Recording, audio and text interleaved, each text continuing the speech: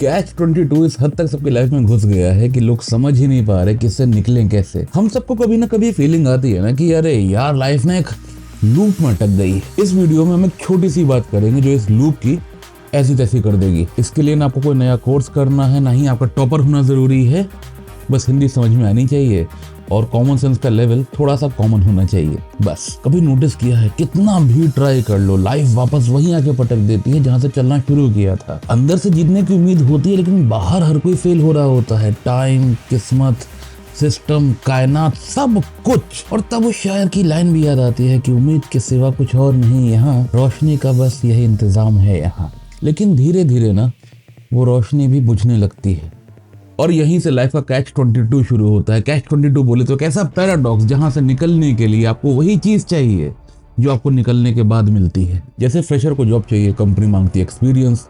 अरे बाबा, एक्सपीरियंस तब मिलेगा जब जॉब होगी और जॉब तब मिल रही है जब एक्सपीरियंस होगा। आपका चश्मा खो गया है और चश्मा ढूंढने के लिए आपको चश्मा चाहिए। और इसे तो बहुत लोग कनेक्ट कर लेंगे कि हम सब सोचते हैं कि मैं परफेक्ट हो जाऊं फिर शुरू करता हूं। ये सबके साथ होता है लेकिन फर्क सिर्फ इतना है कि कुछ लोग इसको तोड़ देते हैं, इससे बाहर निकल जाते हैं।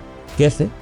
इसका एक सिंपल सा फंडा है, आपकी नीयत। चश्मा नहीं है ये बात सच है कि आपको क्लियर नहीं दिखेगा, लेकिन बात तो ये भी सही है क्या सोते वक्त आप चश्मा लगाते हैं या सपने देखते टाइम आप चश्मा लगाते हैं क्या? नहीं ना। मतलब बिना चश्मे के भी आप कुछ ना कुछ तो कर ही लेते हैं।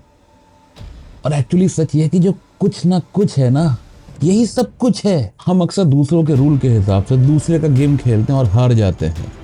अरे बाबा, इसका मतलब ये नहीं ना कि आप खिलाड़ी ठीक नहीं है। असली मैदान है आपकी लाइफ। आप वहां कैसे खेलते हैं ये मैटर करता है। और वहां आपका सबसे बड़ा हथियार है आपकी नीयत, जो आपकी अप्रोच डिफाइन करती है। फ्रेशर से कौन कह रहा है कि जॉब ही जिंदगी है, कंपलसरी है?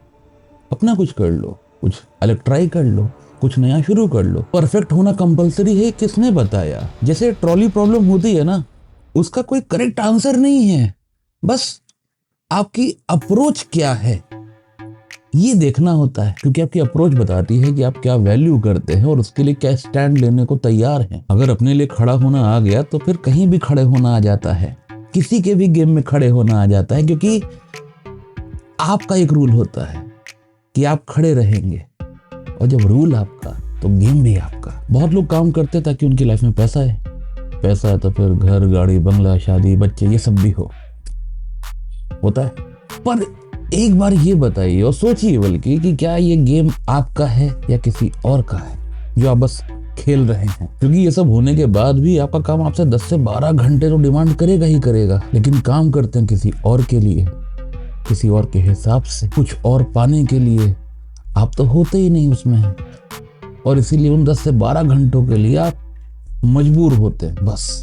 लेकिन अगर आप उन 12 घंटों के लिए अपने लिए स्टैंड लें, मतलब वो काम करें जो आपको पसंद है, ऐसे लोगों के साथ रहें, ऐसे घर में रहें, ऐसी गाड़ी यूज करें जो आपको वो काम करने में सपोर्ट करती है, जो आपको और बेहतर बनाता है। बाहर से नहीं, मटेरियलिस्टिक वाला नहीं, अंदर से, यहां से। तो पैराडॉक्स खुद ही खत्म हो जाएगा, घुल जाएगा, पता भी नहीं चलेगा। हम खुद ही अपनी लाइफ में पैराडॉक्स ऐड कर लेते हैं 12 घंटे प्रोफेशनल और 12 घंटे पर्सनल बना के। इसलिए ना यहाँ के रहते हैं ना वहां के, बिल्कुल धोबी के कुटके की तरह। हाँ, कुटका होता है, कुत्ता नहीं होता है। सबने बोल दिया, आपने मान लिया। कॉमन सेंस कब यूज करेंगे? कभी अपने प्रोफेशन में ना पर्सनली इन्वॉल्व होके देखिए, चीजें लूप में नहीं लाइन में आने लगेंगी अपने आप कोई भी काम करते हैं, रिजल्ट उसका बाय प्रोडक्ट होता है, वैल्यू एडिशन उसका मेन प्रोडक्ट होता है। और आपकी नीयत बताती है आप क्या वैल्यू करते हैं। आपका काम आप में वैल्यू ऐड करता है और आप अपने काम में वैल्यू ऐड करते हैं। वो इंटरकनेक्टेड है। और जब ये ब्रेक होगा आप अटक जाएंगे। इतनी सी बात है। जब दिल करे, जब समय हो, जब भी कंफर्टेबल फील करे, समझ लीजिएगा बात यही रहेगी। ठीक।